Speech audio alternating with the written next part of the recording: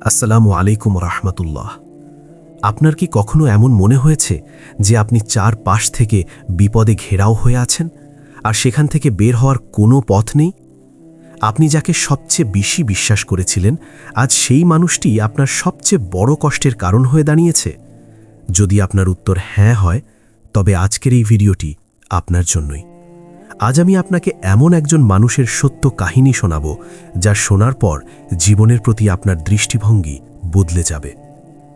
আমাদের জীবনে যখন সামান্য একটু বিপদ আসে, শরীরটা একটু খারাপ হয় কিংবা ব্যবসায় সামান্য লোকসান হয়, আমরা তখনই আল্লাহর কাছে অভিযোগ করতে শুরু করি। আমরা বলি, হে আল্লাহ, আমার সাথেই কেন এমন হলো? কিন্তু আজ আমি আপনাকে এমন একজন মানুষের কথা বলবো, যার কষ্টের কথা শুনলে আপনার নিজের জীবনের পাহাড় সমান কষ্টগুলো বালুকণা মনে হবে। তিনি আর কেউ নন, তিনি আল্লাহর প্রিয় নবী হযরত আইয়ুব আলাইহিসসালাম। তার এই কাহিনী শুধু একটি গল্প নয়, এটি প্রতিটি ভেঙে পড়া হৃদয়ের জন্য একটি সঞ্জীবনী শক্তি এবং কোরআনে বর্ণিত এক ধ্রুব সত্য। হযরত আইয়ুব আলাইহিসসালাম ছিলেন আরবের এক অত্যন্ত সম্পদশালী মানুষ। তার ছিল অঢেল ধন সম্পদ, বিশাল গবাদি পশুর পাল, হাজার হাজার একর আবাদি জমি এবং এক ডজনেরও বেশি সন্তান। আল্লাহ তাকে শুধু দুনিয়াবি নিয়ামত নয়, বরং অসাধারণ সুঠাম দেহ এবং সুশ্রী চেহারা দান করেছিলেন। কিন্তু আল্লাহ তার এই প্রিয় বান্দাকে এক কঠিন পরীক্ষার সম্মুখীন করতে চাইলেন। একে একে তার সব সম্পদ ধ্বংস হয়ে গেল। তার সব সন্তান এক ভয়াবহ দুর্ঘটনায় মারা গেলেন। যে আইয়ুব আলাইহিসসালাম ছিলেন শহরের সবচেয়ে সম্মানিত এবং ধনী ব্যক্তি, তিনি হঠাৎ নিঃস্ব হয়ে পড়লেন। কিন্তু তার মুখ থেকে একটি অভিযোগও বের হল না। তিনি শুধু বললেন, আল্লাহ যা দিয়েছিলেন তা তিনিই নিয়ে গেছেন, সমস্ত প্রশংসা কেবল তারই। কিন্তু পরীক্ষা এখানেই শেষ ছিল না। এরপর তার শরীরে এক ভয়াবহ চর্মরোগ দেখা দিল।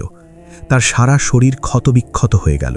শরীরের সেই ক্ষত থেকে এমন দুর্গন্ধ বের হতে শুরু করল যে গ্রামের মানুষ তাকে গ্রাম থেকে বের করে দিল। যে আত্মীয় স্বজনরা একসময় তার কাছে সাহায্যের জন্য ভিড় করত, তারা আজ তাকে দেখে মুখ ফিরিয়ে নিল। কেবল একজন মানুষ তার পাশে ছিলেন, তার মহিয়সী স্ত্রী রহিমা। তিনি আইয়ুব আলাইহিসসালামকে পিঠে করে গ্রামের বাইরে একটি জরাজীর্ণ কুঁড়ে ঘরে আশ্রয় নিলেন। দীর্ঘ 18টি বছর হযরত আইয়ুব আলাইহিসসালাম এই চরম যন্ত্রণার মধ্যে অতিবাহিত করলেন। তার জিহ্বা এবং হৃৎপিণ্ড ছাড়া শরীরের কোনো অংশ অক্ষত ছিল না। কিন্তু আশ্চর্যের বিষয় কি জানেন? সেই পচে যাওয়া শরীর নিয়ে তিনি দিন রাত শুধু আল্লাহর জিকির করতেন। তার ভয় ছিল, রোগের কারণে যদি তার জিহ্বা অকেজো হয়ে যায়, তবে তিনি আল্লাহর নাম নেবেন কিভাবে? সুবহানাল্লাহ! একেই বলে প্রকৃত প্রেম, একেই বলে প্রকৃত তাওয়াক্কুল। 18 বছর পর যখন ধৈর্যের বাঁধ ভেঙে যাওয়ার উপক্রম হল, যখন চারপাশে সবাই তাকে ধিক্কার দিচ্ছিল, তখন তিনি আল্লাহর কাছে একটি আর্তনাদ ভরা দোয়া করলেন। পবিত্র কোরআনের সূরা আম্বিয়ার 83 নম্বর আয়াতে সেই আবেগঘন মুহূর্তটি বর্ণনা করা হয়েছে। হযরত আইয়ুব আলাইহিসসালাম সেই মহান দোয়াটি পাঠ করলেন, রব্বি আন্নি মাসসানিয়াদ দুররু ওয়া আনতা আরহামুর রাহিমিন। অর্থ, হে আমার পালনকর্তা, আমাকে দুঃখ কষ্ট স্পর্শ করেছে, আর আপনি তো সর্বশ্রেষ্ঠ দয়ালু। লক্ষ্য করুন, তিনি কিন্তু আল্লাহকে বলেননি যে আমাকে সুস্থ করে দিন। তিনি শুধু নিজের অবস্থার কথা তার রবের সামনে তুলে ধরলেন। এই একটি দোয়ার বরকতে আল্লাহ তার দীর্ঘ 18 বছরের রোগ নিমিষেই ভালো করে দিয়েছিলেন। তাই আজ আপনারা যারা ভিডিওটি দেখছেন, যারা কঠিন কোনো রোগে ভুগছেন কিংবা কোনো বড় বিপদে পড়ে দিশাহারা, আপনারাও পূর্ণ বিশ্বাস নিয়ে এই দোয়াটি পাঠ করুন। কারণ এই দোয়া স্বয়ং আল্লাহ কবুল করেছিলেন এবং আইয়ুবকে মুক্তি দিয়েছিলেন। আল্লাহর পক্ষ থেকে তার জন্য নির্দেশ এলো, হে আইয়ুব, তোমার পা দিয়ে জমিতে আঘাত করো। আইয়ুব আলাইহিসসালাম জমিতে আঘাত করতেই সেখান থেকে এক অলৌকিক ঝর্ণা প্রবাহিত হল। আল্লাহ বললেন, এই ঝর্ণার পানি দিয়ে তুমি গোসল করো এবং পান করো। সেই পানিতে গোসল করার সাথে সাথে দীর্ঘ 18 বছরের পচা গলা ক্ষত মুহূর্তের মধ্যে দূর হয়ে গেল। তিনি ফিরে পেলেন তার সেই যৌবন, সেই উজ্জ্বল চেহারা এবং সুঠাম দেহ। শুধু তাই নয়, আল্লাহ তার হারানো সব সম্পদ ফিরিয়ে দিলেন এবং তাকে আবারও আগের চেয়েও বেশি সন্তান সন্ততি দান করলেন।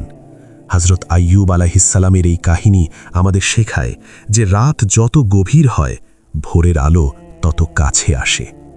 পবিত্র কোরআনে আল্লাহ বলেছেন, নিশ্চয়ই কষ্টের সাথেই স্বস্তি আছে। আপনার জীবনে আজ যে কষ্ট চলছে তা সারা জীবন থাকবে না। আজ আপনিও নিজেকে প্রশ্ন করুন, বিপদে পড়লে কি আপনি জায়নামাজে দাঁড়ান নাকি মানুষের দ্বারে দ্বারে ঘুরে বেড়ান? যদি আপনার আশ্রয়স্থল হয় আল্লাহ, তবে নিশ্চিত থাকুন আপনার ভাগ্যের চাকা একদিন ঘুরবেই। প্রিয় দর্শক, নীরবতা আর ধৈর্যের মানে হার মেনে নেওয়া নয়। নীরবতা মানে হল আপনি পৃথিবীর মানুষের কাছে আপনার যন্ত্রণার কথা বলে ছোট হতে চান না। আপনি চান আপনার চোখের পানির হিসাব কেবল আপনার স্রষ্টাই রাখুক। শয়তান আপনাকে বারবার বলবে যে আল্লাহ আপনাকে ভুলে গেছেন, কিন্তু খবরদার সেই ধোকায় পা দেবেন না। সূরা আদ-দুহাতে আল্লাহ বলেছেন, আপনার পালনকর্তা আপনাকে ত্যাগ করেননি এবং আপনার প্রতি অসন্তুষ্টও হননি। কাঁদুন, কিন্তু আল্লাহর সামনে। অভিযোগ করুন, কিন্তু কেবল আল্লাহর কাছে। কারণ মানুষ আপনার চোখের পানি দেখে হাসতে পারে, কিন্তু আল্লাহ আপনার প্রতিটি ফোঁটা চোখের পানির বিনিময়ে জান্নাতে আপনার জন্য হীরা মুক্তার প্রাসাদ তৈরি করবেন। পরিশেষে প্রার্থনা করি, হে দয়াময় আল্লাহ, আপনি যেভাবে হযরত আইয়ুব আলাইহিসসালামকে রহমত দিয়ে ঘিরে নিয়েছিলেন, আমাদের জীবনের প্রতিটি বিপদগ্রস্ত মানুষকেও ঠিক সেভাবে আপনার খাস রহমতের চাদরে ঢেকে নিন। আমিন। এখন আপনাদের কাছে আমার একটি ছোট্ট প্রশ্ন। আপনার জীবনের এমন কোনো মুহূর্ত কি আছে যখন আপনি খুব বিপদে পড়েছিলেন, কিন্তু আল্লাহর উপর ভরসা রাখার কারণে অবিশ্বাস্যভাবে মুক্তি পেয়েছেন? আপনার সেই অভিজ্ঞতার কথা নিচে কমেন্ট করে আমাদের জানান। আপনার একটি গল্প হয়তো আজ অন্য কোনো ভেঙে পড়া মানুষকে নতুন করে বাঁচার স্বপ্ন দেখাতে পারে। আর আজকের এই ভিডিওটি যদি ভালো লেগে থাকে তাহলে একটি লাইক দিতে ভুলবেন না। নতুন হয়ে থাকলে সাবস্ক্রাইব করে আমাদের পরিবারের সদস্য হয়ে যান। সবশেষে ভিডিওটি শেয়ার করুন, যেন আপনার মাধ্যমে অন্য কেউ আল্লাহর উপর ভরসা করার শক্তি পায়। আল্লাহ আমাদের সবাইকে ধৈর্যশীলদের অন্তর্ভুক্ত করুন। আমিন। আল্লাহ হাফেজ।